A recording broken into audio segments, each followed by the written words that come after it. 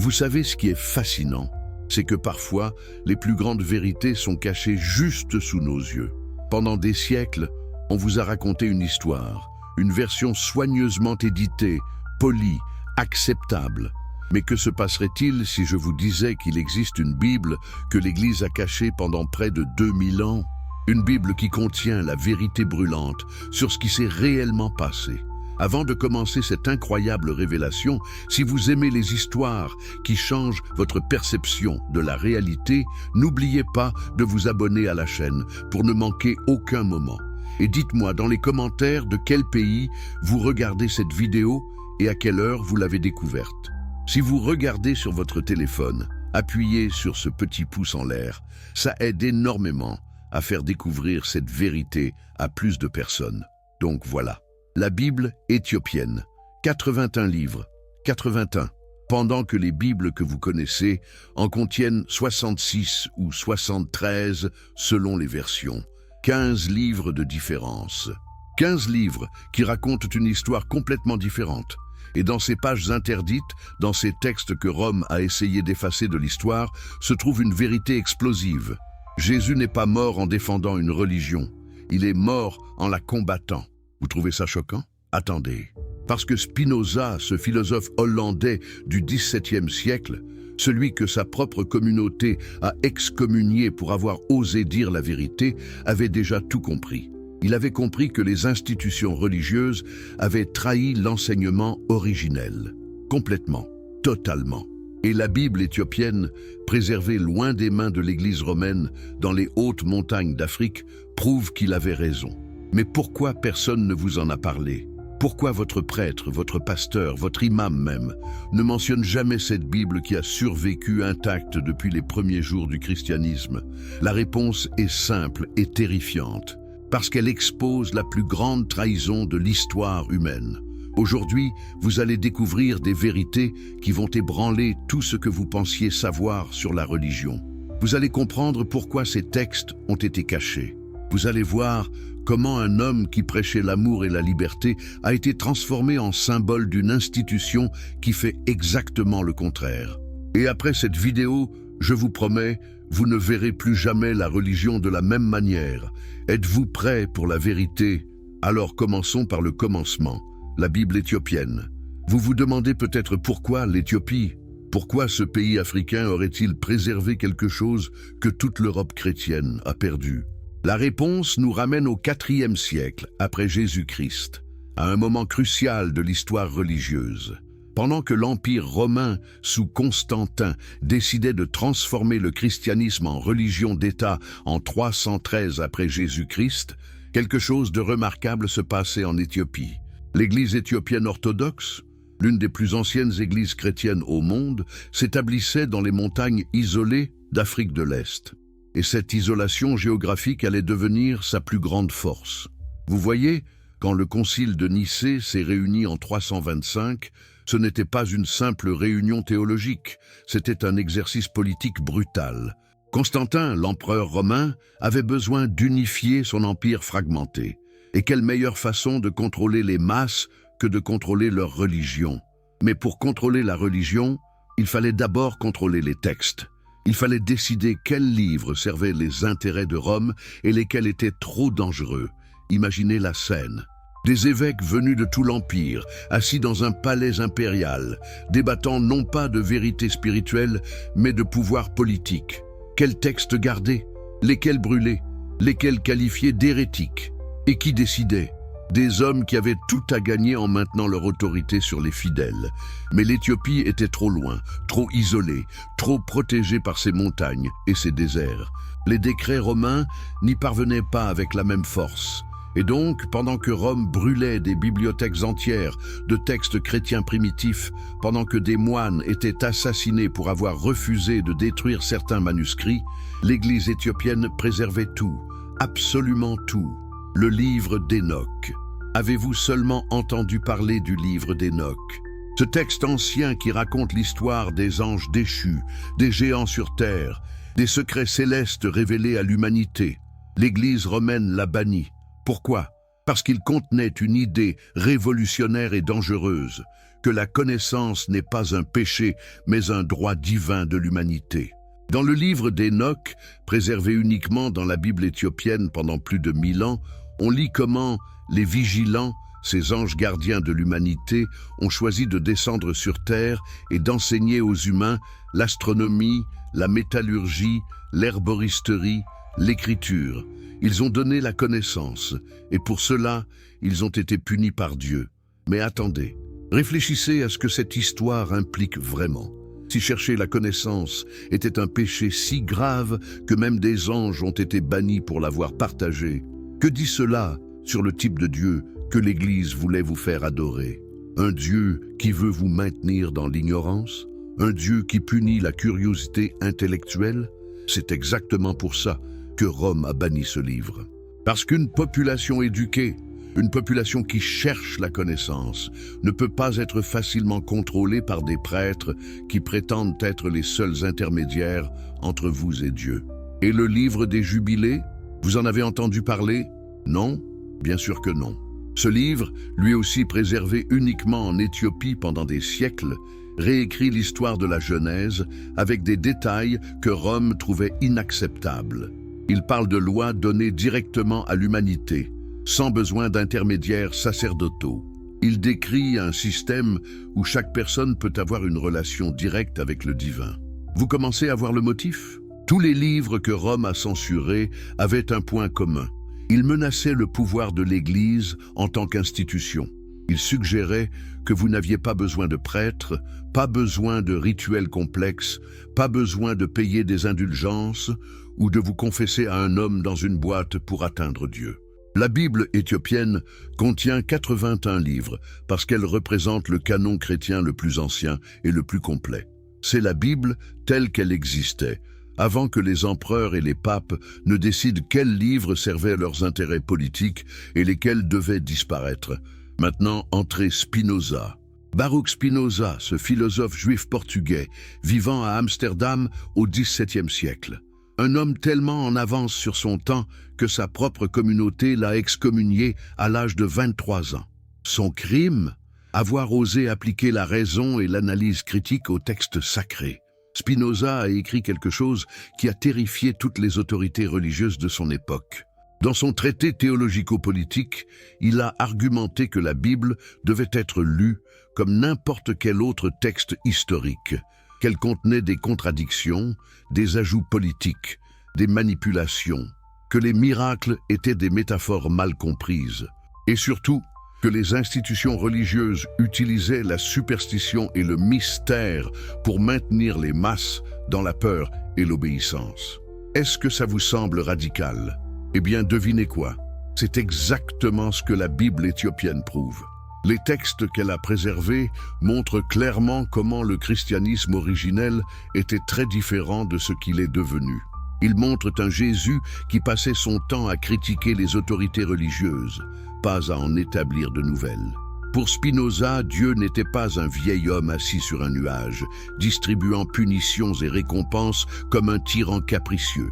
Dieu était la nature elle-même, la totalité de l'existence, gouvernée par des lois immuables et rationnelles. Il appelait ça Deus sive natura, Dieu ou la nature. Même chose. Et la vraie piété, selon Spinoza, n'était pas d'aller à l'église tous les dimanches ou de réciter des prières mécaniquement.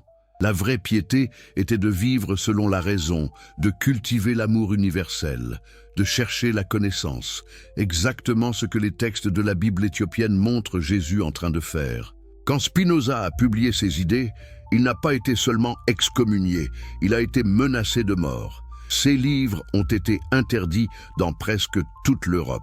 L'Église catholique les a mis à l'index des livres interdits où ils sont restés jusqu'en 1966. 300 ans pendant lesquels lire Spinoza pouvait vous coûter votre vie dans certains pays. Pourquoi une telle peur? Parce que Spinoza disait tout haut ce que beaucoup pensaient tout bas, que la religion organisée était devenue l'opposé exact de ce que Jésus enseignait, que les églises, avec leur hiérarchie, leurs rituels ésotériques, leurs menaces d'enfer et leurs promesses de paradis, étaient des instruments de contrôle social, pas de libération spirituelle. Et maintenant, Quand nous lisons la Bible éthiopienne avec les yeux de Spinoza, quand nous appliquons sa méthode d'analyse rationnelle à ces textes anciens préservés loin de la censure romaine, nous découvrons quelque chose d'extraordinaire. Nous découvrons que Jésus lui-même pratiquait exactement ce que Spinoza théoriserait 1600 ans plus tard. Jésus ne construisait pas d'église. Il n'établissait pas de hiérarchie sacerdotale. Il ne créait pas de rituels complexes. Au contraire, il passait son temps à démanteler ces structures. Il guérissait le jour du sabbat, violant ouvertement les lois religieuses. Il mangeait avec des pécheurs et des prostituées, choquant l'establishment religieux. Il chassait les marchands du temple avec un fouet, dénonçant la commercialisation de la foi. Mais voilà ce que Rome ne voulait pas que vous sachiez. La Bible éthiopienne contient des passages supplémentaires, des contextes additionnels qui rendent cette rébellion de Jésus encore plus claire.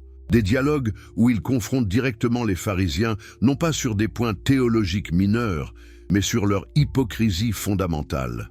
Des moments où il appelle ouvertement les leaders religieux des serpents, des tombeaux blanchis, beaux à l'extérieur mais remplis de pourriture à l'intérieur. Dans Matthieu 23, même dans les Bibles censurées que nous avons aujourd'hui, Jésus lance 7 malédictions contre les scribes et les pharisiens. 7 fois, il répète « Malheur à vous, hypocrites ».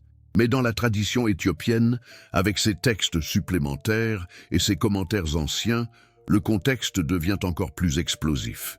Jésus les accuse de transformer la maison de Dieu en repère de voleurs. Il les accuse d'imposer des fardeaux impossibles sur les épaules des gens ordinaires, tandis qu'eux-mêmes ne lèvent pas le petit doigt pour les aider. Il les accuse de dévorer les maisons des veuves tout en faisant de longues prières pour l'apparence. Il les accuse de parcourir mer et terre pour faire un seul converti, puis de le rendre 2 fois plus digne de l'enfer qu'eux-mêmes. Est-ce que ça ressemble à quelqu'un qui essayait d'établir une nouvelle religion? Ou est-ce que ça ressemble à quelqu'un qui combattait désespérément contre la corruption de la religion elle-même? Spinoza aurait dit que Jésus combattait la superstition. Que quand Jésus critiquait les pharisiens pour leur obsession des rituels externes, tout en négligeant la justice et la compassion, il faisait exactement ce que Spinoza ferait plus tard, distinguer entre vraie piété intérieure et conformité religieuse externe. La Bible éthiopienne préserve des traditions qui montrent Jésus enseignant constamment que le royaume de Dieu n'est pas dans un temple fait de mains humaines, mais à l'intérieur de chaque personne. Que Dieu ne se soucie pas de vos sacrifices d'animaux ou de vos ablutions rituelles. Que ce qui compte, c'est comment vous traitez les autres êtres humains. C'est la miséricorde, pas le rituel. C'est l'amour, pas la loi. Et maintenant la question qui tue, si Jésus passait 3 ans à critiquer l'établissement religieux de son époque, pourquoi penserions-nous qu'il voulait créer un nouvel établissement religieux? Est-ce que ça a le moindre sens? La connexion entre la Bible éthiopienne et Spinoza devient explosiva quand on réalise qu'ils révèlent tous deux la même vérité dérangeante. Que l'institution religieuse qui prétend représenter Jésus a trahi tout ce pourquoi il est mort. Mais allons plus loin maintenant. Plongeons dans les détails sanglants de ce conflit. Parce que ce n'était pas juste une guerre de mots. C'était une guerre existentielle entre 2 visions complètement incompatibles de la spiritualité. D'un côté, les pharisiens et les sadducéens, l'establishment religieux du 1er siècle. Ces hommes qui portaient de longues robes, qui aimaient les places d'honneur dans les synagogues, qui se faisaient appeler rabbis et pères.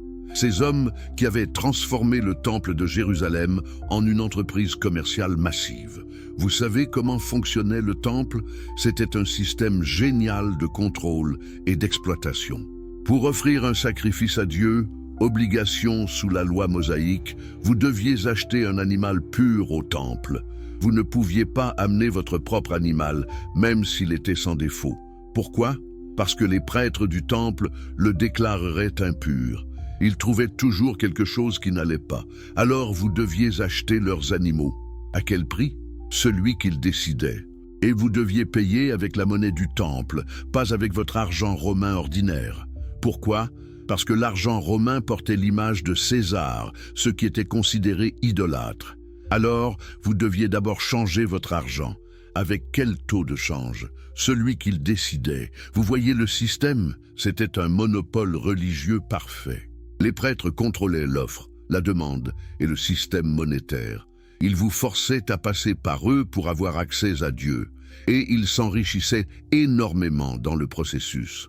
Joseph, l'historien juif du 1er siècle, décrit comment les familles sacerdotales vivaient dans un luxe obscène pendant que le peuple ordinaire luttait pour survivre. Le grand prêtre était nommé non pas pour sa sainteté, mais pour ses connexions politiques et sa richesse. C'était un poste acheté et vendu. Et maintenant arrive Jésus. Ce charpentier de Nazareth, cette ville dont on disait « Peut-il sortir quelque chose de bon de Nazareth ?» Ce vagabond qui n'a nulle part où poser sa tête. Et que fait-il? Il entre dans le temple, le centre même du pouvoir religieux pendant la Pâque, le moment le plus lucratif de l'année, quand des milliers de pèlerins affluent à Jérusalem avec leur argent. Et il renverse les tables, il chasse les marchands avec un fouet qu'il fabrique lui-même. Il libère les animaux, il arrête tout le business et il crie « Il est écrit, ma maison sera appelée une maison de prière, mais vous en avez fait une caverne de voleurs. » La Bible éthiopienne, avec ses traditions préservées, suggère que ce n'était pas juste une explosion de colère momentanée, c'était une occupation prolongée. Jésus et ses disciples ont pris le contrôle de la cour du temple pendant plusieurs jours. Ils ont arrêté le commerce. Ils ont empêché quiconque de transporter des marchandises à travers la cour du temple. Imaginez l'audace. Imaginez la rage des autorités religieuses. Ce n'était pas juste un affront théologique. C'était un assaut économique direct sur leurs sources de revenus. C'était une déclaration de guerre. Et Jésus ne s'est pas arrêté là. Il a commencé à enseigner dans le temple, défiant ouvertement l'autorité des prêtres. Quand ils lui ont demandé « Par quelle autorité fais-tu ces choses ?» il leur a tendu un piège. Il leur a posé une question sur Jean le Baptiste. S'il disait que Jean était un prophète envoyé par Dieu, alors pourquoi ne l'avait-il pas écouté? S'il disait qu'il n'était qu'un homme ordinaire, la foule les aurait lapidés car tout le monde considérait Jean comme un prophète. Vous voyez la brillance? Jésus utilisait leur propre peur du peuple contre eux. Il les forçait à admettre qu'ils n'osaient pas dire la vérité par crainte des conséquences politiques. Il exposait leur hypocrisie devant tout le monde. Mais la confrontation la plus brutale vient dans Matthieu 23. Et ici, nous devons lire attentivement parce que ces paroles sont si explosives que beaucoup de chrétiens modernes ne réalisent même pas ce que Jésus disait. Malheur à vous, scribes et pharisiens hypocrites, parce que vous fermez le royaume des cieux devant les hommes. Non seulement vous n'y entrez pas vous-même, mais vous empêchez ceux qui essayent d'y entrer. Réfléchissez à cette accusation. Jésus dit qu'ils ne bloquent pas seulement leur propre accès à Dieu, ce qui serait leur problème. Il dit qu'ils empêchent activement d'autres personnes d'accéder à Dieu. Comment? En créant des systèmes religieux si complexes, si ésotériques, si dépendants de l'expertise sacerdotale que les gens ordinaires croient qu'ils ne peuvent jamais comprendre les choses divines par eux-mêmes.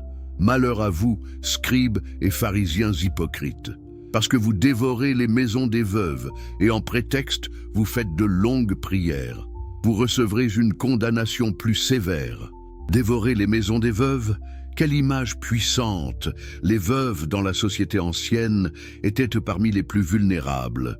Sans mari, sans protection masculine, elles dépendaient souvent de la charité religieuse. Et Jésus accuse les leaders religieux d'exploiter ces femmes les plus vulnérables, de leur prendre leurs derniers biens au nom de Dieu, tout en faisant de grandes démonstrations publiques de piété. Est-ce que ça vous rappelle quelque chose? Les télévangélistes modernes qui promettent la prospérité si vous leur envoyez vos derniers dollars? L'Église médiévale vendant des indulgences aux paysans affamés? La religion organisée a toujours trouvé des moyens de profit de la foi des autres. Malheur à vous, guides aveugles, qui dites « Si quelqu'un jure par le temple, ce n'est rien. Mais si quelqu'un jure par l'or du temple, il est lié par son serment. Fou et aveugle, lequel est le plus grand, l'or ou le temple qui sanctifie l'or ?» Ici, Jésus expose comment ils ont créé des distinctions artificielles pour manipuler les gens. Ils ont établi des règles complexes sur lesquelles serment compte et lesquelles ne comptent pas. basé non sur la moralité, mais sur ce qui leur était financièrement avantageux. Si vous jurez par l'or du temple, l'or qu'il possède, votre serment est contraignant. Mais si vous jurez par le temple lui-même, ça ne compte pas. Pure manipulation.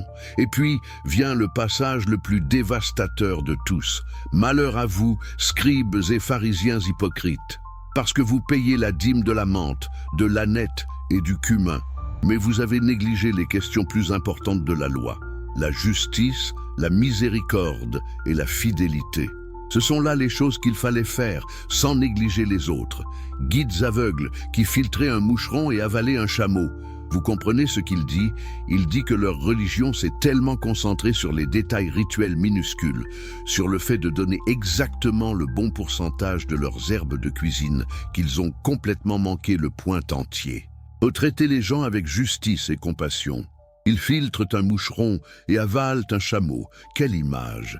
Ils s'inquiètent obsessionnellement de transgressions rituelles mineures tout en commettant d'énormes injustices morales.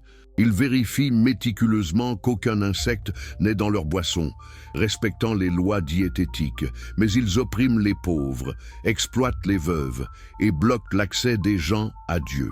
Spinoza, 1600 ans plus tard, dirait exactement la même chose. Dans son éthique, il argumente que la vraie vertu n'est pas l'obéissance aux rituels externes, mais le développement de la raison et de l'amour. Que Dieu ne se soucie pas si vous mangez du porc ou si vous travaillez le samedi. Ces règles ont été créées par des humains pour contrôler d'autres humains. Et la Bible éthiopienne préserve des traditions qui montrent Jésus allant encore plus loin dans cette critique. Il y a des passages, des commentaires anciens, des interprétations préservées par les moines éthiopiens qui ajoutent des couches de signification que Rome a supprimées. Par exemple, quand Jésus dit « Vous avez des clés qui n'ouvrent rien et vous verrouillez les portes pour ceux qui cherchent la vérité », la tradition éthiopienne explique qu'il parlait spécifiquement du monopole sacerdotal sur l'interprétation des Écritures.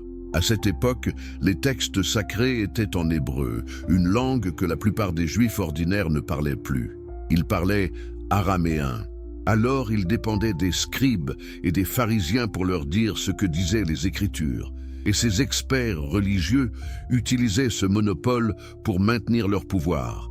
Ils interprétaient les textes de manière qui renforçait leur autorité. Ils créaient des règles complexes que seuls eux pouvaient comprendre et interpréter. Ils rendaient Dieu inaccessible au commun des mortels. Jésus a cassé ce monopole. Il enseignait en araméen la langue du peuple. Il utilisait des paraboles simples que tout le monde pouvait comprendre. Il disait aux gens qu'ils pouvaient avoir une relation directe avec Dieu sans passer par des intermédiaires. Il démocratisait la spiritualité, et pour ça, il devait le tuer. Parce qu'un prophète qui libère les gens du contrôle religieux est la plus grande menace qui existe pour ceux qui tirent leur pouvoir de ce contrôle. Maintenant, pensez au sabbat. Dans l'évangile de Marc, il y a cette histoire extraordinaire. Jésus et ses disciples marchent à travers des champs de blé un jour de sabbat. Ils ont faim, alors ils cueillent quelques épis et les mangent. Les pharisiens les accusent immédiatement de violer le sabbat. Et Jésus répond avec quelque chose de révolutionnaire. Le sabbat a été fait pour l'homme, et non l'homme pour le sabbat. Vous comprenez ce qu'il vient de faire? Il vient de renverser toute la logique religieuse. Les pharisiens disaient que les humains doivent servir les règles religieuses, même quand ces règles causent de la souffrance. Jésus dit que les règles religieuses doivent servir l'humanité. Et quand elles causent de la souffrance, elles doivent être abandonnées. C'est du pur Spinoza avant la lettre. Spinoza argumenterait que les lois religieuses ne sont pas divines en elles-mêmes. Elles ont été créées par des humains dans des contextes spécifiques pour des raisons spécifiques. Et quand le contexte change, les lois doivent changer. Ce qui ne change jamais, c'est le principe fondamental, l'amour et la raison. Jésus le démontre encore et encore. Il guérit un homme avec une main desséchée le jour du sabbat. Les pharisiens sont scandalisés. Jésus leur demande « Est-il permis le jour du sabbat de faire du bien ou de faire du mal, de sauver une vie ou de tuer ?» Ils restent silencieux. Et Marc ajoute ce détail dévastateur. Jésus les regarda avec colère, profondément attristé par leur dureté de cœur. Vous voyez ça? Jésus n'est pas juste en désaccord avec eux, il est en colère, il est attristé. Parce qu'ils ont transformé la religion en quelque chose qui empêche la compassion. Ils préfèrent voir un homme souffrir que de violer une règle du sabbat. Leur religion est devenue inhumaine.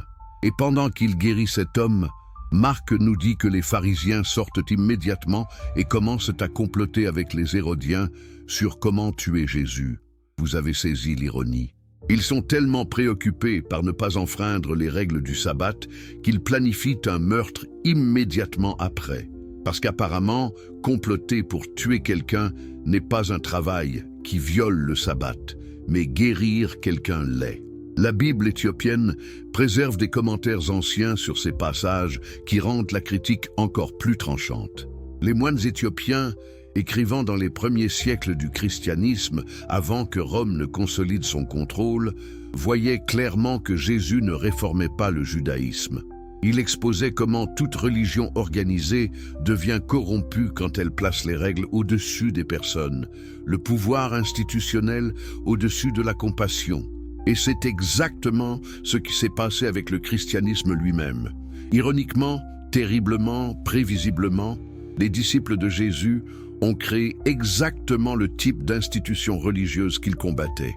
Ils ont créé des hiérarchies, des rituels complexes, des règles ésotériques. Ils ont fait des prêtres les gardiens de l'accès à Dieu.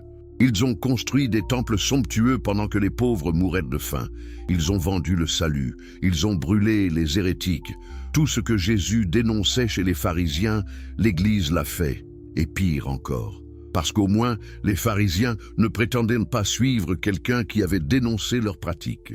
Mais l'Église prétend suivre Jésus tout en faisant exactement ce qu'il condamnait. Comment est-ce arrivé? Comment un mouvement révolutionnaire de libération spirituelle s'est-il transformé en l'une des institutions les plus oppressives de l'histoire humaine? Pour comprendre ça, nous devons regarder ce qui s'est passé après la mort de Jésus. Nous devons comprendre comment le christianisme est passé d'une secte juive persécutée à la religion officielle de l'Empire romain. Alors, parlons du livre d'Hénoch. Parce que c'est ici que les choses deviennent vraiment fascinantes et vraiment dangereuses pour l'orthodoxie religieuse. Pendant presque 1000 ans, du 5e au 15e siècle, le livre d'Hénoch était complètement perdu pour l'Occident chrétien. Complètement. Les pères de l'Église des premiers siècles le citaient, le considéraient comme écriture sainte. Mais à un moment donné, il a disparu, détruit, censuré, effacé. Pourquoi ? Qu'est-ce qui était si dangereux dans ce livre que l'Église a senti le besoin de l'éliminer complètement de l'histoire? En 1773, un explorateur écossais nommé James Bruce voyageait en Éthiopie. Et là, dans les monastères des hautes montagnes, il a trouvé quelque chose d'extraordinaire. Des copies complètes du livre d'Hénoch en gaèse, la langue liturgique éthiopienne. Les moines éthiopiens l'avaient préservé tout ce temps, l'avaient copié génération après génération, le lisaient toujours dans leurs églises. Quand Bruce a ramené 3 copies en Europe, ça a causé une sensation. Les érudits bibliques ne pouvaient pas croire ce qu'ils lisaient. Parce que ce texte cité dans le Nouveau Testament lui-même, dans l'Épître de Jude, contenait des histoires qui bouleversaient complètement la théologie chrétienne orthodoxe. Le livre d'Hénoch commence avec une histoire qui apparaît brièvement dans la Genèse, chapitre 6. Il y a ce passage mystérieux sur les fils de Dieu qui sont venus vers les filles des hommes et ont eu des enfants avec elles. La Genèse en parle en quelques versets puis passe à autre chose. Mais Hénoch développe cette histoire en détails incroyables. Selon Hénoch, 200 anges appelés les vigilants sont descendus sur le mont Hermon. Leur chef était Sémiasa. Et ils ont fait un pacte, un serment de tous descendre ensemble, parce que chacun avait peur d'être le seul à commettre ce péché. Il y a quelque chose de terriblement humain dans cette histoire, vous ne trouvez pas ? Même les anges ont besoin de pression des pères pour faire le mal. Ces vigilants ont pris des femmes humaines comme épouses, et ils ont commencé à enseigner à l'humanité des secrets qui étaient censés rester cachés. Un ange nommé Azazel a enseigné aux hommes comment faire des épées, des couteaux, des boucliers et des armures, comment faire la guerre. Un autre a enseigné l'astrologie, un autre la magie et les incantations, un autre l'herboristerie et la divination. Et les femmes ont donné naissance à des géants, les Néphilim, qui ont commencé à dévorer toutes les ressources de l'humanité. Quand la nourriture s'est épuisée, ils ont commencé à manger les humains. Le monde est descendu dans le chaos et la violence. Alors Dieu a envoyé le déluge pour nettoyer la terre. Mais d'abord, il a ordonné à ses archanges de capturer les vigilants et de les enchaîner dans des fosses profondes de ténèbres jusqu'au jour du jugement. Les géants se sont détruits les uns les autres, mais leurs esprits sont devenus des démons qui errent sur la terre, causant des problèmes à l'humanité. Maintenant, posons la question évidente. Pourquoi cette histoire était-elle si dangereuse qu'elle devait être supprimée? Première raison, elle suggère que les anges ont le libre arbitre, qu'ils peuvent se rebeller contre Dieu, qu'ils peuvent faire des choix moraux. L'Église orthodoxe voulait présenter les anges comme des serviteurs parfaitement obéissants de Dieu, des êtres sans volonté propre. Parce que si même les anges peuvent se rebeller, que dit cela sur l'autorité divine absolue? Deuxième raison, et c'est la plus importante, le livre présente la connaissance comme quelque chose que Dieu voulait cacher de l'humanité. Les vigilants sont punis, non pas principalement pour avoir eu des relations sexuelles avec des humaines, mais pour avoir révélé des secrets célestes, pour avoir donné la connaissance à l'humanité. Vous voyez le problème? C'est exactement la même histoire que le Jardin d'Éden.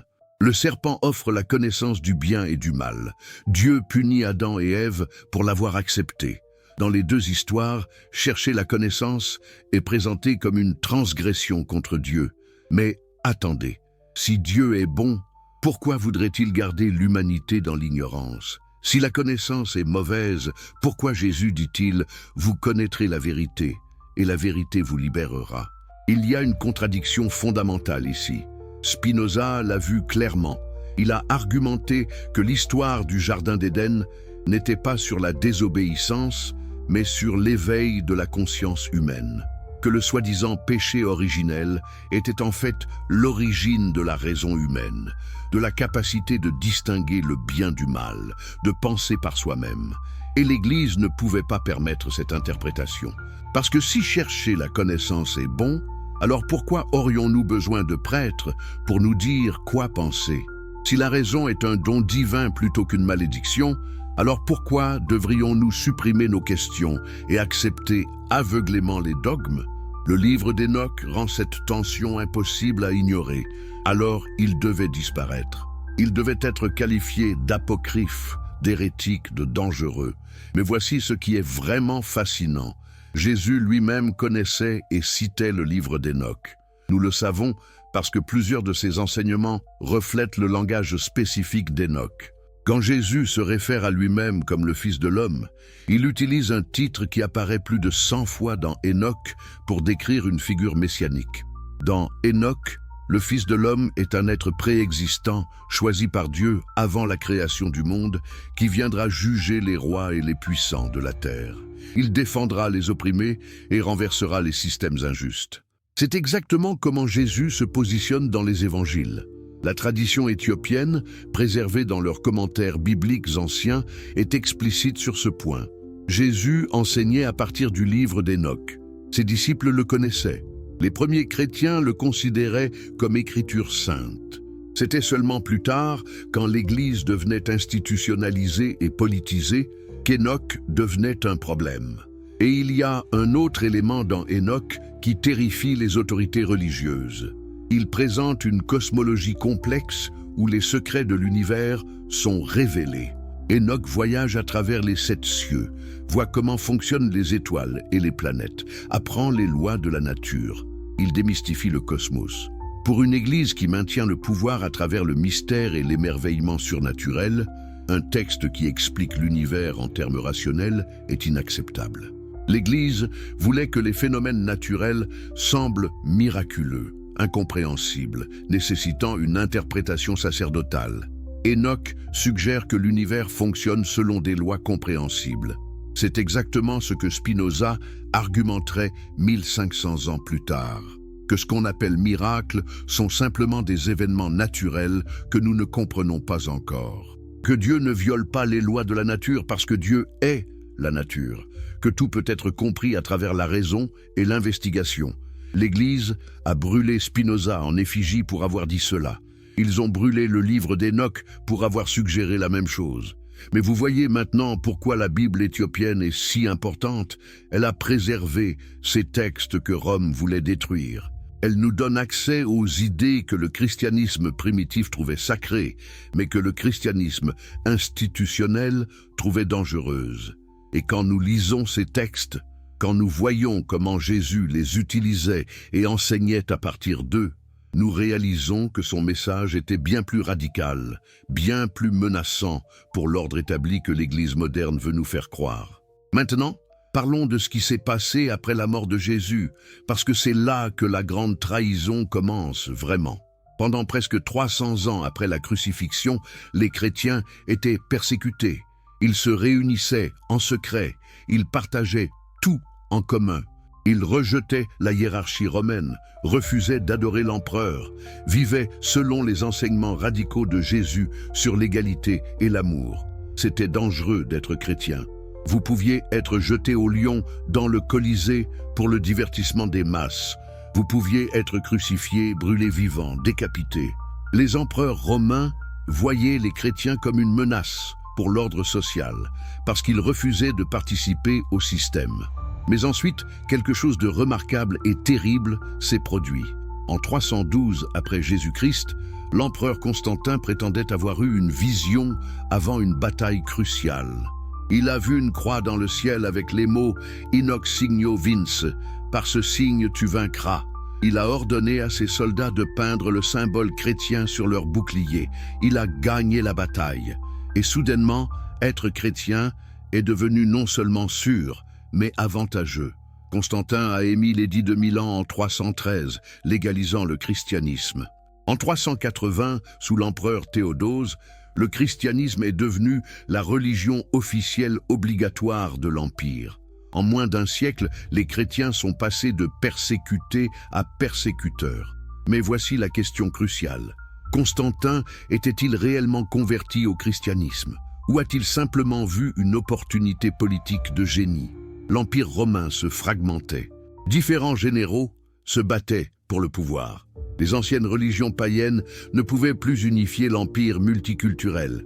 Mais le christianisme, avec son message universel et son organisation croissante, offrait quelque chose de nouveau. Une idéologie qui pouvait transcender les divisions ethniques et géographiques. Constantin a compris que s'il pouvait contrôler le christianisme, il pouvait contrôler l'empire.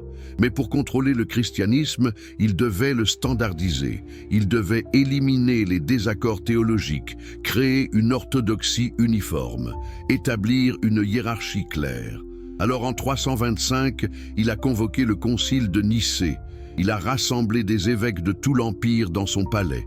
Et il a présidé personnellement les débats, même s'il n'était pas encore baptisé, ne comprenait probablement pas les subtilités théologiques et continuait à adorer le Sol Invictus, le soleil invaincu, la divinité païenne. Qu'est-ce qui a été décidé à Nicée? Officiellement, il débattait de la nature de Jésus. Était-il de la même substance que Dieu le Père ou d'une substance similaire?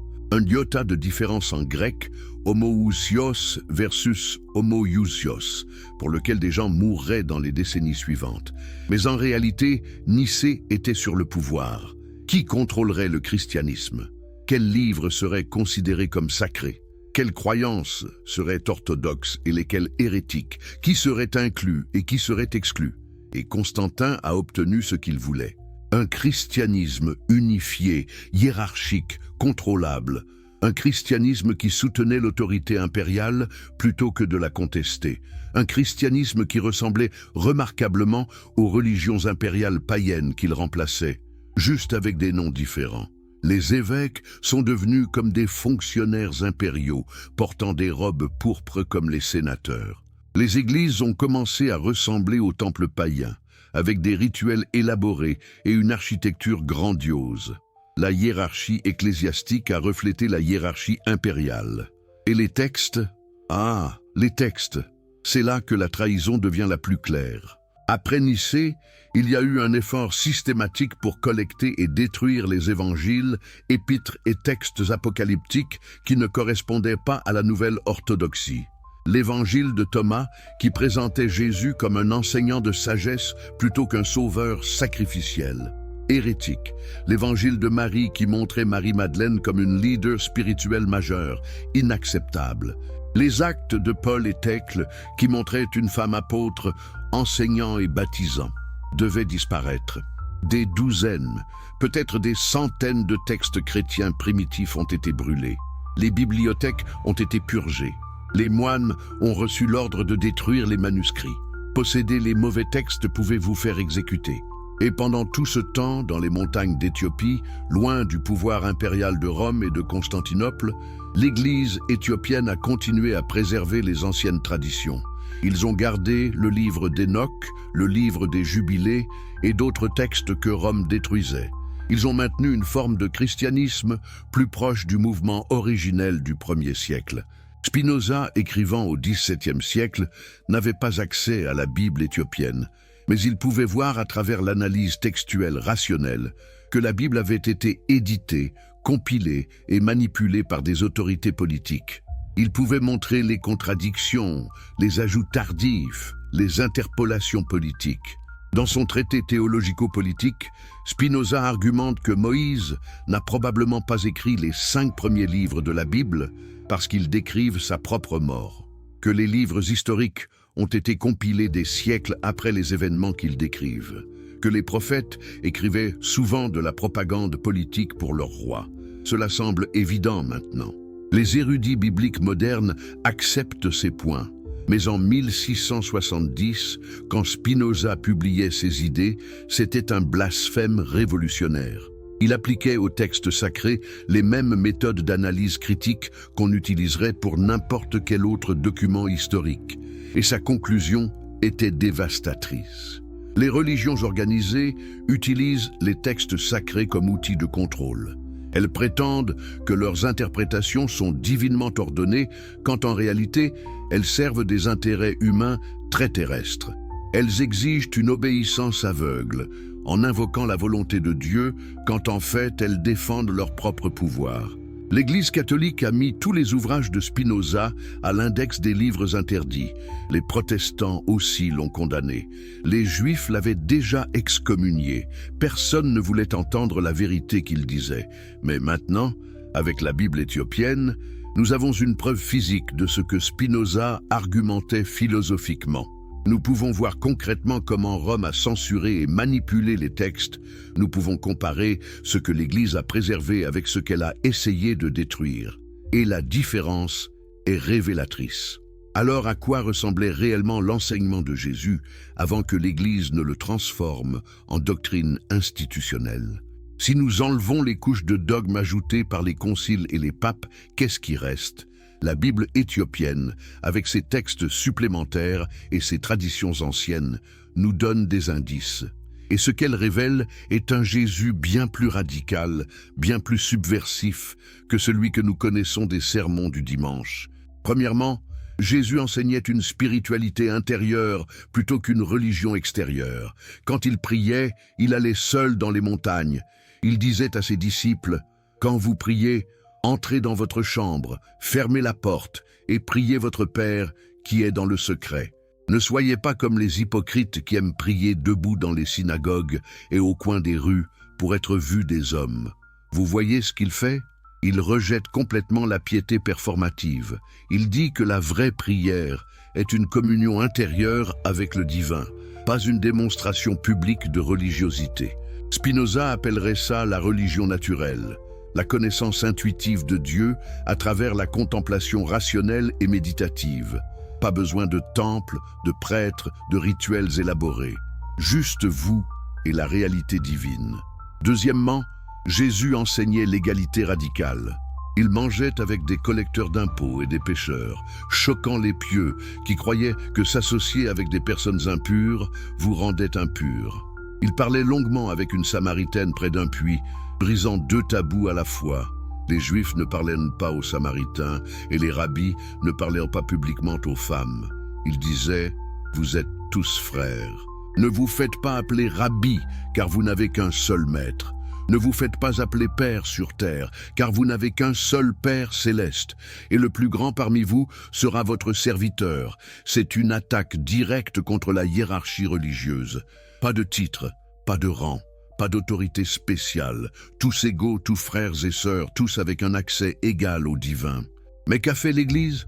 Elle a créé une hiérarchie encore plus élaborée que celle que Jésus critiquait.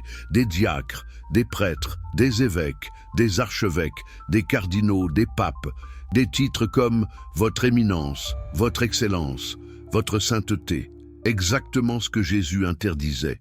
Troisièmement, Jésus enseignait que le royaume de Dieu est intérieur et présent, pas extérieur et futur. Quand les pharisiens lui ont demandé quand viendrait le royaume de Dieu, il a répondu « Le royaume de Dieu ne vient pas de manière à être observé, et on ne dira pas « Voilà, il est ici » ou « Il est là », car voici, le royaume de Dieu est au milieu de vous. La tradition éthiopienne traduit parfois cette dernière phrase comme « Le royaume de Dieu est en vous », ce qui rend le sens encore plus clair. Le divin n'est pas dans un endroit lointain appelé le ciel, il est dans votre propre conscience, votre propre être. C'est presque identique à la philosophie de Spinoza. Pour Spinoza, Dieu n'est pas un être séparé de l'univers, régnant depuis un trône céleste. Dieu est la substance même de toute existence. Quand vous comprenez vraiment la nature, quand vous vivez selon la raison et l'amour, vous vivez en Dieu et Dieu vit en vous. Jésus enseignait une mystique immanente, pas une religion transcendante. Il pointait vers l'intérieur, pas vers l'extérieur. Il disait « Cherchez d'abord le royaume et sa justice, tout le reste vous sera donné en plus ». Mais l'Église a transformé ça en un système transactionnel. Faites ses rituels, croyez ses dogmes, obéissez à ses autorités, et peut-être, si vous avez de la chance, vous irez au ciel après votre mort. Tout est projeté dans le futur, rendant votre salut dépendant de l'institution.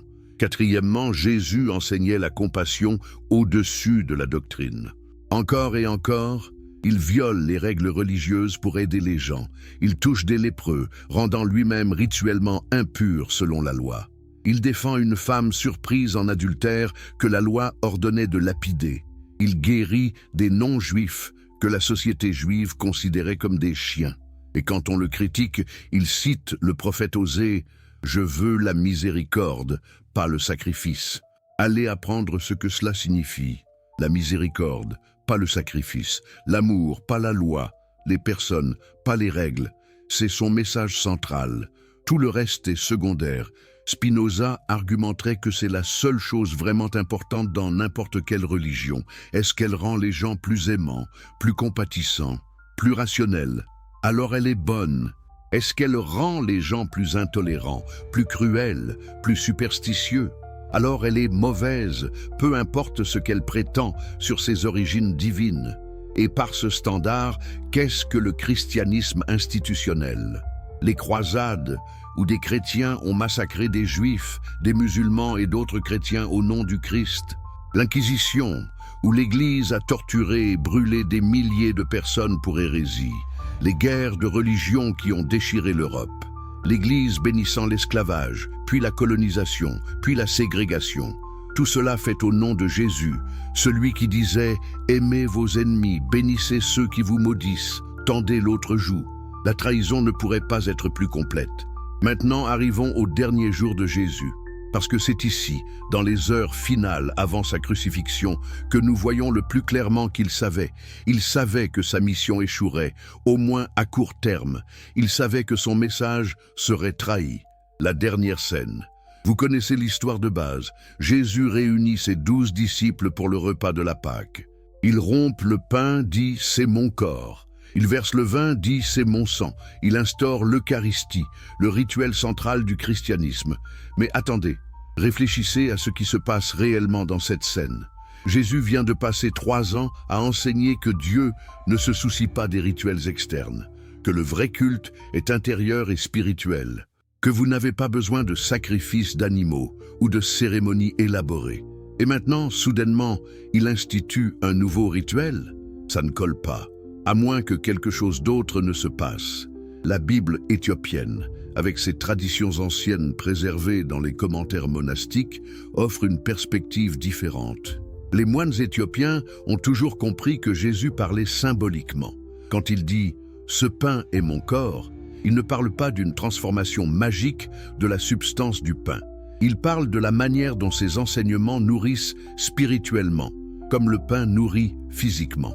Quand il dit « ce vin est mon sang versé pour beaucoup pour le pardon des péchés », il parle de la façon dont son sacrifice à venir, sa mort comme martyr contre le système religieux corrompu, ouvrira un nouveau chemin spirituel, pas un sacrifice sanglant pour apaiser un Dieu en colère.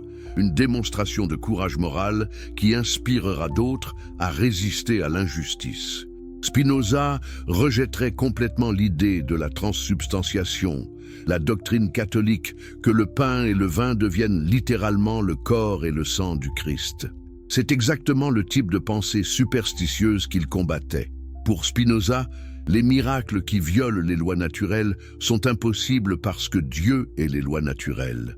Mais les symboles, les métaphores, les enseignements incorporés dans des rituels mémorables, ceux-là sont précieux, pas parce qu'ils ont un pouvoir magique, mais parce qu'ils transmettent des vérités éthiques et spirituelles d'une manière que les gens peuvent comprendre et se souvenir.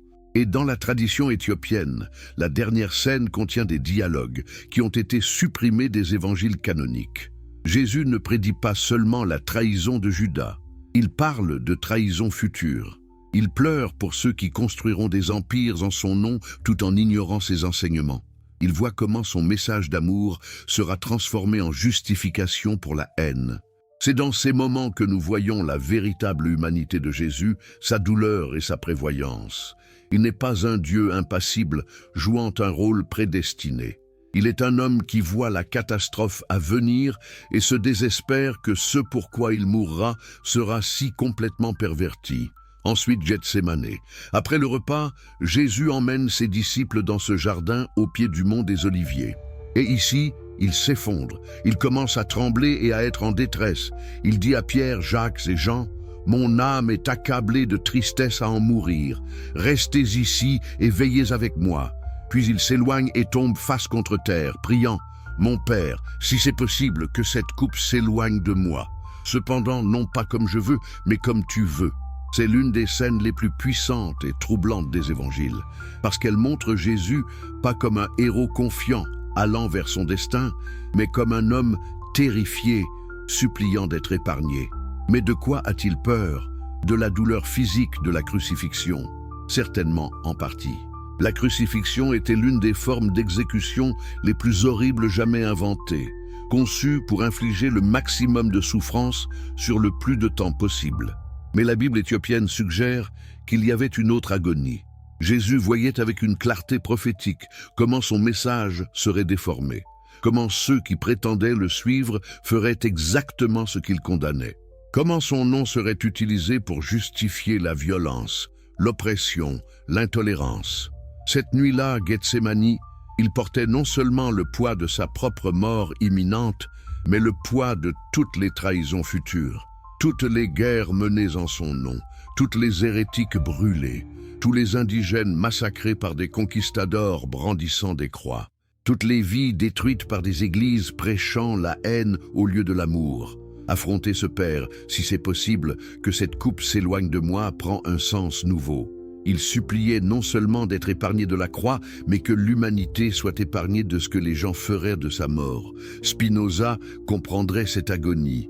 Lui aussi a vu comment ses idées pourraient être mal comprises, distordues, utilisées de manière qu'il n'avait jamais voulu. C'est pourquoi il était si prudent dans ses écrits, utilisant souvent un langage codé, publiant anonymement. Il savait que les vérités qu'il disait étaient dangereuses non seulement pour lui, mais potentiellement pour d'autres, si elles étaient mal comprises. Mais finalement, à la fois Jésus et Spinoza ont décidé que la vérité devait être dite, quelles qu'en soient les conséquences, que vivre dans le mensonge est pire que mourir pour la vérité.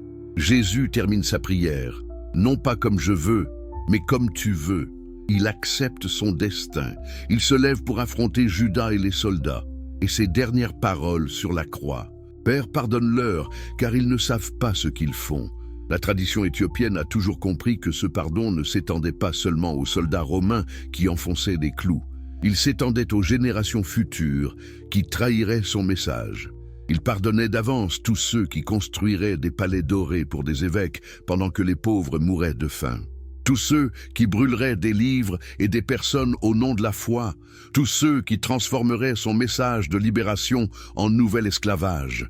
Il pardonnait, mais le pardon ne signifie pas que la trahison n'était pas réelle. Ne signifie pas que ça ne faisait pas mal. Ne signifie pas que nous ne devons pas la reconnaître et y résister. Alors pourquoi ont-ils caché ces vérités? Pourquoi l'Église a-t-elle travaillé si dur pour supprimer la Bible éthiopienne, pour bannir le livre d'Enoch, pour détruire les évangiles qui ne correspondaient pas à leur orthodoxie, pour persécuter des penseurs comme Spinoza? La réponse est simple et éternellement pertinente: le pouvoir. Les institutions, une fois établies, développent leur propre impératif de survie. Elles commencent à valoriser leur propre perpétuation au-dessus de leur mission originale. Et quand la mission originale menace la survie institutionnelle, la mission doit être réinterprétée ou supprimée. Le message de Jésus était simple: aimez Dieu, aimez votre prochain, cherchez la justice, soyez humbles. Vous n'avez pas besoin de médiateur entre vous et Dieu. Vous n'avez pas besoin de rituels complexes. Vous n'avez pas besoin d'une hiérarchie sacerdotale. Mais si les gens prennent ce message au sérieux, à quoi servent les prêtres? À quoi servent les évêques et les papes? À quoi servent les vastes cathédrales et les trésors d'église? Alors le message devait changer. Jésus devait devenir non pas un enseignant, mais un sacrifice.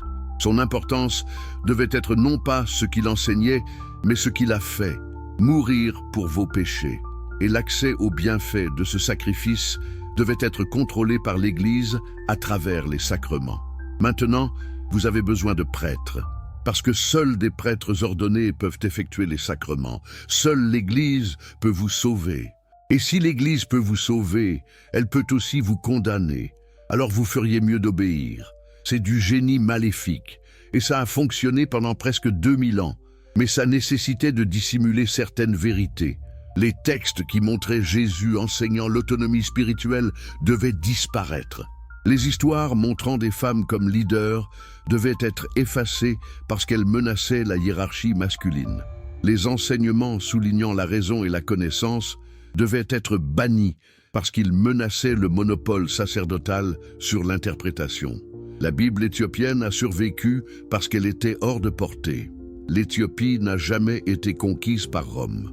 Elle a maintenu son indépendance à travers les âges. Alors son Église pouvait préserver ce qu'elle voulait, sans peur de la censure papale. Et quand des explorateurs européens sont finalement arrivés en Éthiopie et ont découvert cette Bible différente, l'Église catholique a fait tout son possible pour minimiser son importance. Ils l'ont qualifiée d'apocryphe, d'inauthentique, de corrompu. Ils ont prétendu que l'Église éthiopienne avait ajouté des livres, alors qu'en réalité, c'était l'Église romaine qui avait soustrait des livres. Spinoza, vivant 2 siècles avant que la Bible éthiopienne ne devienne largement connue en Europe, ne pouvait utiliser ces textes préservés. Mais il n'en avait pas besoin. À travers l'analyse textuelle pure et le raisonnement logique, il pouvait prouver que la Bible avait été manipulée, que les institutions religieuses déformaient les enseignements originaux, que la vraie piété n'avait rien à voir avec l'adhésion au dogme. Et pour avoir dit ces vérités, il a payé un prix terrible.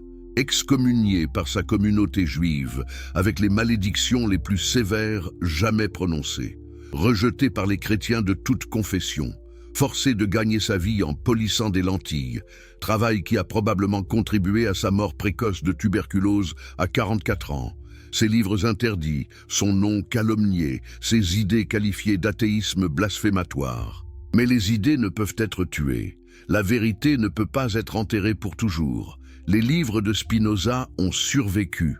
La Bible éthiopienne a survécu. Et maintenant, des siècles plus tard, nous pouvons voir qu'il racontait la même histoire. La vraie spiritualité ne nécessite pas d'intermédiaire institutionnel.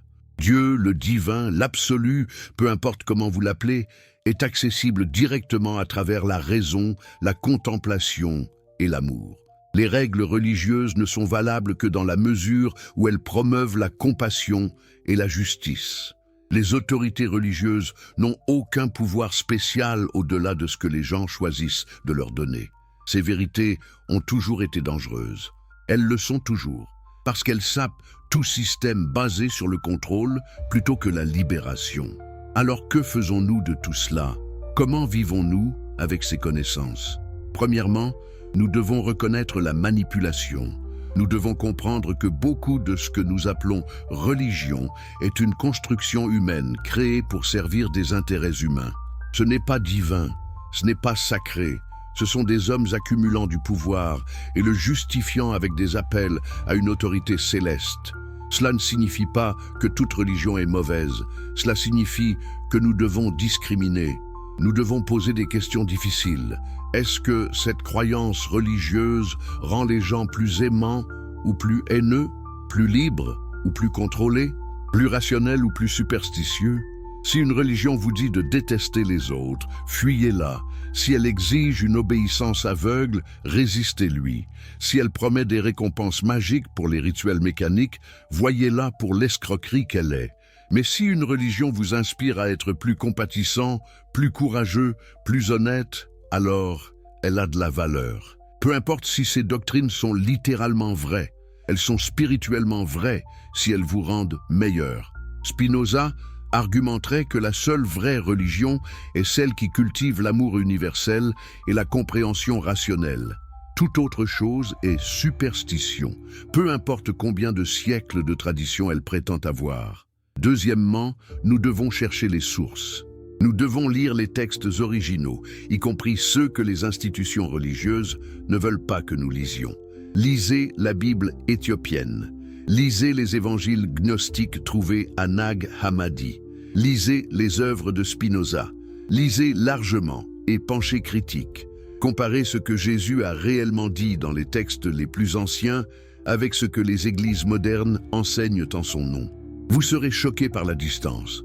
Jésus enseignait la simplicité radicale. Les églises construisent des empires d'1 milliard de dollars. Jésus rejetait les titres et la hiérarchie. Les églises créent des bureaucraties élaborées. Jésus défendait les marginalisés. Les églises s'allient souvent avec les puissants contre les faibles. La trahison est réelle. Et reconnaître cela n'est pas manquer de respect envers Jésus. C'est l'honorer, c'est récupérer son vrai message de sous les couches de mensonges institutionnels. Troisièmement, vivez l'éthique, pas le rituel. C'est le cœur de ce que Jésus et Spinoza enseignaient tous deux. Ce qui compte n'est pas combien de fois vous allez à l'église ou à la synagogue ou à la mosquée. Ce qui compte n'est pas si vous suivez les règles diététiques ou portez les bons vêtements ou récitez les bonnes prières. Ce qui compte est comment traitez-vous les autres personnes. Êtes-vous honnête? Êtes-vous gentil? Êtes-vous juste? Défendez-vous ceux qui ne peuvent pas se défendre? Pardonnez-vous ceux qui vous blessent? Cherchez-vous la vérité même quand elle est inconfortable? Si vous faites ces choses, vous vivez spirituellement, peu importe quel nom de Dieu vous utilisez, ou même si vous utilisez des noms de Dieu du tout. Si vous ne faites pas ces choses, tous les rituels du monde ne vous rendront pas pieux. Ils vous rendent juste hypocrite. Quatrièmement, libérez-vous du meurtre. C'est peut-être le message le plus important de tous. Les religions institutionnelles prospèrent sur la peur. Peur de l'enfer, peur de la condamnation, peur de penser par vous-même, peur de questionner l'autorité, peur d'être différent. Mais considérez ceci, si Dieu est vraiment bon, vraiment aimant, vraiment juste, alors Dieu se soucie de qui vous êtes, pas de ce que vous prétendez croire. Un Dieu qui torture éternellement les gens pour des erreurs finies n'est pas un Dieu d'amour, c'est un monstre divin. Et vous ne devriez pas l'adorer, même s'il existait. Spinoza était très clair sur ce point. L'idée d'un Dieu qui punit et récompense comme un tyran capricieux est une projection de l'ego humain sur l'infini. Le vrai Dieu, la vraie substance divine, fonctionne selon des lois éternelles. Les conséquences de vos actions découlent naturellement de ce que vous faites, pas d'un jugement arbitraire. Si vous vivez égoïstement, vous serez malheureux. Pas parce que Dieu vous punit, mais parce que c'est la nature de l'égoïsme. Si vous vivez avec amour et raison, vous trouverez la paix. Pas parce que Dieu vous récompense, mais parce que c'est la nature de l'amour et de la raison. Le paradis et l'enfer ne sont pas des lieux futurs. Ce sont des états de conscience présents. Vous les créez vous-même à travers vos choix. Et le dernier point, peut-être le plus radical, vous n'avez pas besoin de permission pour penser par vous-même. Les autorités religieuses veulent vous faire croire que la théologie est trop complexe pour les profanes, que vous avez besoin d'experts pour interpréter les choses divines pour vous. C'est du mensonge. Jésus n'était pas un théologien professionnel. C'était un charpentier. Spinoza n'était pas un prêtre. C'était un polisseur de lentilles. Et pourtant, tous deux ont vu des vérités spirituelles plus profondes que les experts religieux de leur époque. Pourquoi? Parce qu'ils pensaient directement. Ils observaient la réalité.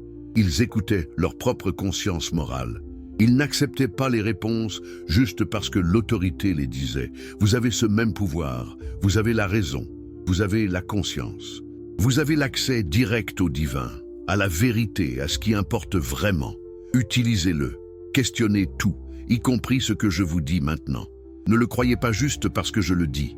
Vérifiez-le, cherchez les textes vous-même. Pensez de manière critique, arrivez à vos propres conclusions. C'est ce que Jésus enseignait. C'est ce que Spinoza enseignait. C'est ce que les textes préservés en Éthiopie révèlent.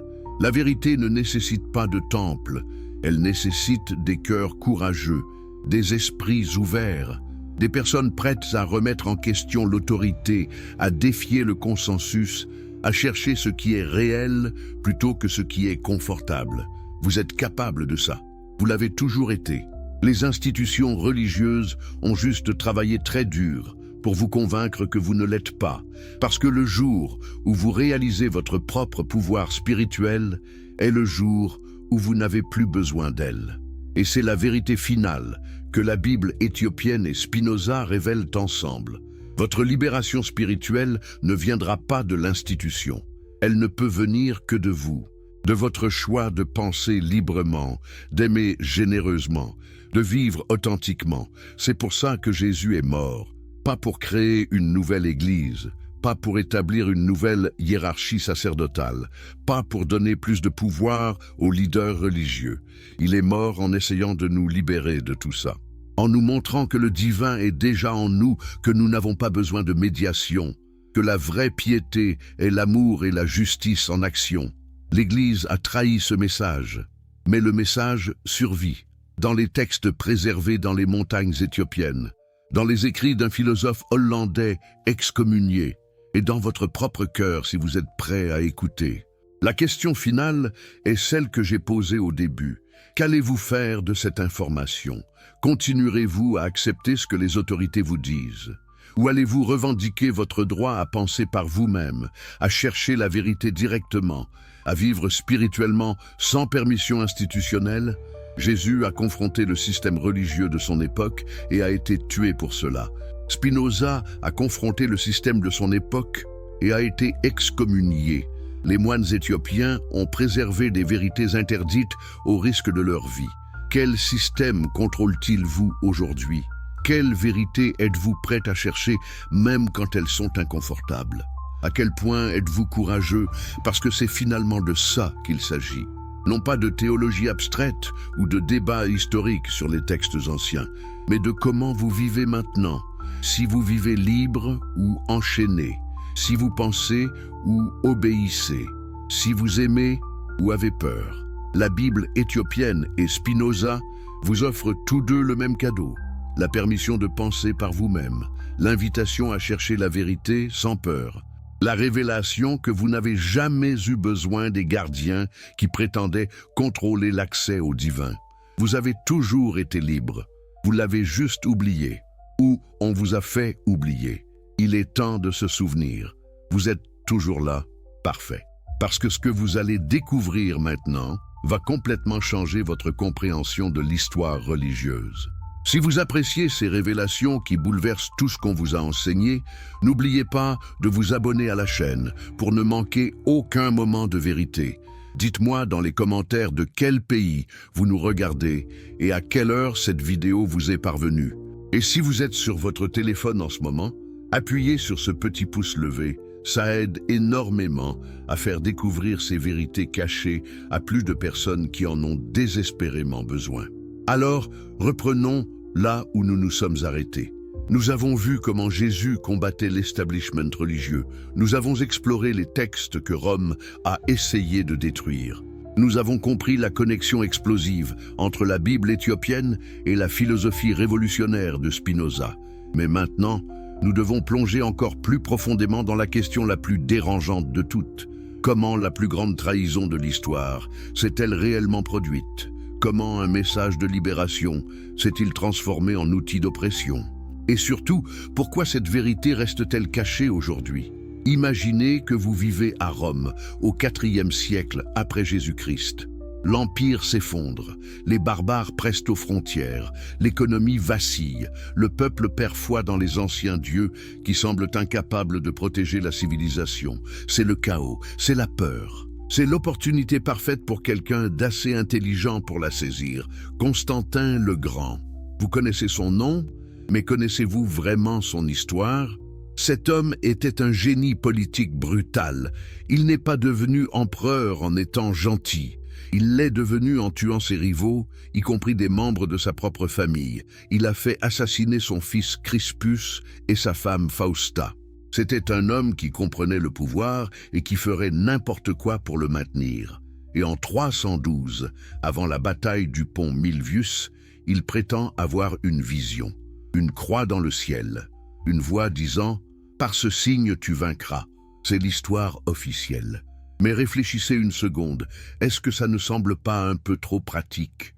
Un général romain païen qui adore Sol Invictus, le soleil invaincu, a soudainement une conversion chrétienne juste avant une bataille cruciale? Pensez-y stratégiquement. Constantin savait que les chrétiens, malgré des siècles de persécution, avaient créé un réseau organisé à travers tout l'Empire. Ils avaient des systèmes de communication, des structures de soutien mutuel, une idéologie qui transcendait les divisions ethniques et géographiques. Ils étaient loyaux, les uns envers les autres, d'une manière que les païens fragmentés ne l'étaient pas. Si vous pouviez capturer ce réseau, le contrôler, le diriger vers vos propres objectifs politiques, vous auriez un avantage énorme sur vos rivaux. Vous auriez une base de pouvoir unifiée dans un empire qui se désintégrait. Vous auriez une idéologie universelle pour remplacer les cultes locaux qui ne fonctionnaient plus. Alors Constantin a fait le calcul. Il a adopté les symboles chrétiens. Il a promis aux chrétiens la fin de la persécution. Et quand il a gagné la bataille, quand il est devenu empereur, il a tenu parole. L'édit de Milan, en 313, a légalisé le christianisme. Pour la première fois depuis sa fondation, être chrétien était sûr. Les chrétiens étaient euphoriques. Après 3 siècles de martyrs et de catacombes, ils marchaient finalement au grand jour. Ils construisaient des églises publiques. Ils occupaient des positions de pouvoir. Le rêve était réalisé, non? Non. C'était le début du cauchemar. Parce que Constantin n'avait aucune intention de laisser le christianisme indépendant et incontrôlé. Il voulait une religion d'État qui soutiendrait son autorité impériale. Il voulait une église docile qui enseignerait l'obéissance aux autorités terrestres comme volonté divine. Et pour obtenir ça, il devait standardiser le christianisme. Il devait éliminer les désaccords théologiques, supprimer les interprétations radicales, créer une orthodoxie uniforme qui servirait les intérêts de l'Empire. C'est pourquoi il a convoqué le concile de Nicée en 325. Officiellement, c'était pour résoudre la controverse arienne sur la nature du Christ. Arius, un prêtre d'Alexandrie, enseignait que Jésus était créé par Dieu le Père et donc subordonné à lui. Athanase, son rival, enseignait que Jésus était coéternel et consubstantiel avec le Père, de la même substance divine. Vous pensez vraiment que Constantin se souciait de cette distinction théologique subtile? Lui qui n'était même pas encore baptisé, qui continuait à adorer le soleil, qui tuait ses propres enfants pour le pouvoir? Bien sûr que non. Il se souciait de l'unité. Il se souciait du contrôle, il se souciait de s'assurer qu'aucune faction chrétienne ne pourrait défier son autorité en prétendant avoir la vraie foi. Alors, il a réuni plus de 300 évêques dans son palais impérial de Nicée. Il a présidé les débats, il a influencé le résultat, et le credo de Nicée qui a émergé n'était pas juste une déclaration théologique. C'était un document politique qui établissait quelle version du christianisme était orthodoxe, et donc quels chrétiens auraient accès au pouvoir impérial. Ceux qui acceptaient le credo recevaient des faveurs impériales, des fonds pour construire des églises, des positions dans l'administration.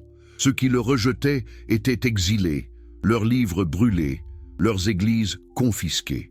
Pour la première fois, des chrétiens persécutaient d'autres chrétiens avec le soutien du pouvoir d'État.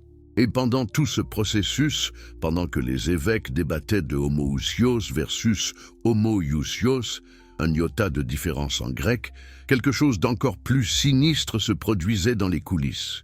Une purge massive de textes chrétiens.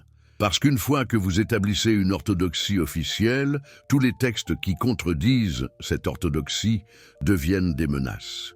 Ils deviennent des hérésies. Ils doivent être détruits. Alors l'Empire a lancé une campagne systématique de censure religieuse. Des décrets impériaux ordonnaient la confiscation et la destruction de livres jugés hérétiques. Des soldats fouillaient les bibliothèques chrétiennes. Des moines recevaient l'ordre de détruire les manuscrits qui ne correspondaient pas à la nouvelle orthodoxie. Les évangiles qui présentaient Jésus différemment de la version approuvée, brûlés. Les textes qui suggéraient que les femmes pouvaient être des leaders spirituels, détruits. Les livres qui enseignaient une cosmologie différente ou une compréhension différente du salut, effacés de l'histoire. Nous savons maintenant, grâce aux découvertes archéologiques du XXe siècle, comme les manuscrits de Nag Hammadi trouvés en Égypte en 1945, que le christianisme primitif était incroyablement diversifié. Il y avait des dizaines d'évangiles différents, des centaines de textes théologiques variés, des multitudes d'interprétations de qui était Jésus et de ce qu'il enseignait. Mais Constantin et ses successeurs ont écrasé cette diversité. Ils ont imposé l'uniformité. Et dans le processus, ils ont détruit la preuve de ce qu'était réellement le christianisme primitif. Ils ont réécrit l'histoire pour faire croire que leur version orthodoxe avait toujours été la seule vraie foi, transmise sans changement depuis les apôtres. C'est un mensonge historiquement documenté. Un mensonge que la Bible éthiopienne expose parce qu'elle a préservé certains des textes que Rome a essayé de détruire. Maintenant, avançons rapidement de quelques décennies. En 380, sous l'empereur Théodose, le christianisme ne devient pas seulement légal, il devient obligatoire. Les cultes païens sont interdits, les temples païens sont détruits ou convertis en église. Refuser d'être chrétien devient un crime. Vous comprenez ce qui vient de se passer? En moins d'un siècle, le christianisme est passé d'une religion persécutée, prêchant l'amour et le pardon, à une religion persécutrice imposant la conformité par la force impériale. De victime à oppresseur, de martyr à inquisiteur. Et tout cela était justifié comme étant la volonté de Dieu. Les mêmes évêques qui adoraient les martyrs d'hier présidaient maintenant les persécutions d'aujourd'hui. Les mêmes églises qui pleuraient de leur mort célébraient maintenant la destruction des temples païens. La trahison du message de Jésus ne pourrait pas être plus complète.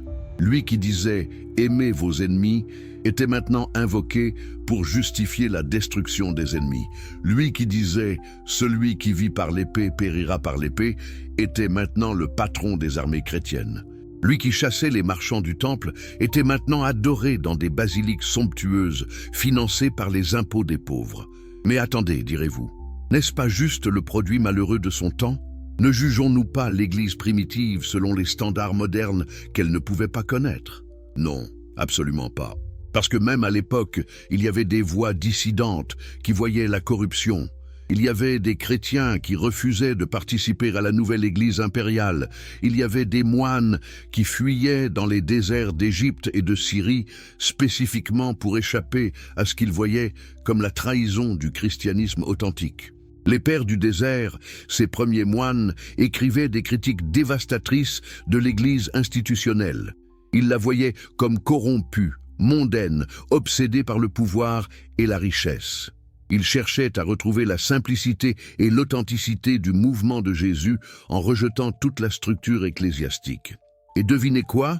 Beaucoup de leurs écrits ont également été supprimés ou altérés par l'Église institutionnelle qu'ils critiquaient, parce que vous ne pouvez pas permettre que des voix au sein de votre propre tradition exposent votre hypocrisie.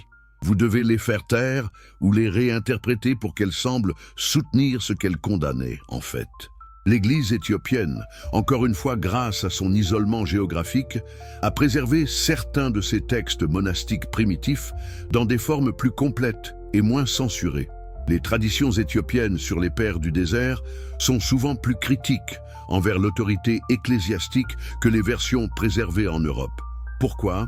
Parce que l'Église éthiopienne n'était pas subordonnée à Rome ou Constantinople. Elle ne devait pas plaire aux empereurs ou aux papes. Elle pouvait maintenir des traditions qui étaient inconfortables pour le christianisme impérial.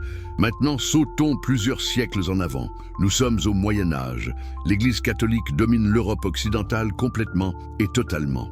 Elle possède environ un tiers de toutes les terres. Elle collecte des dîmes de chaque agriculteur. Elle contrôle l'éducation, déterminant qui peut lire et écrire. Elle monopolise l'accès aux textes sacrés en les gardant en latin, une langue que les gens ordinaires ne comprennent pas.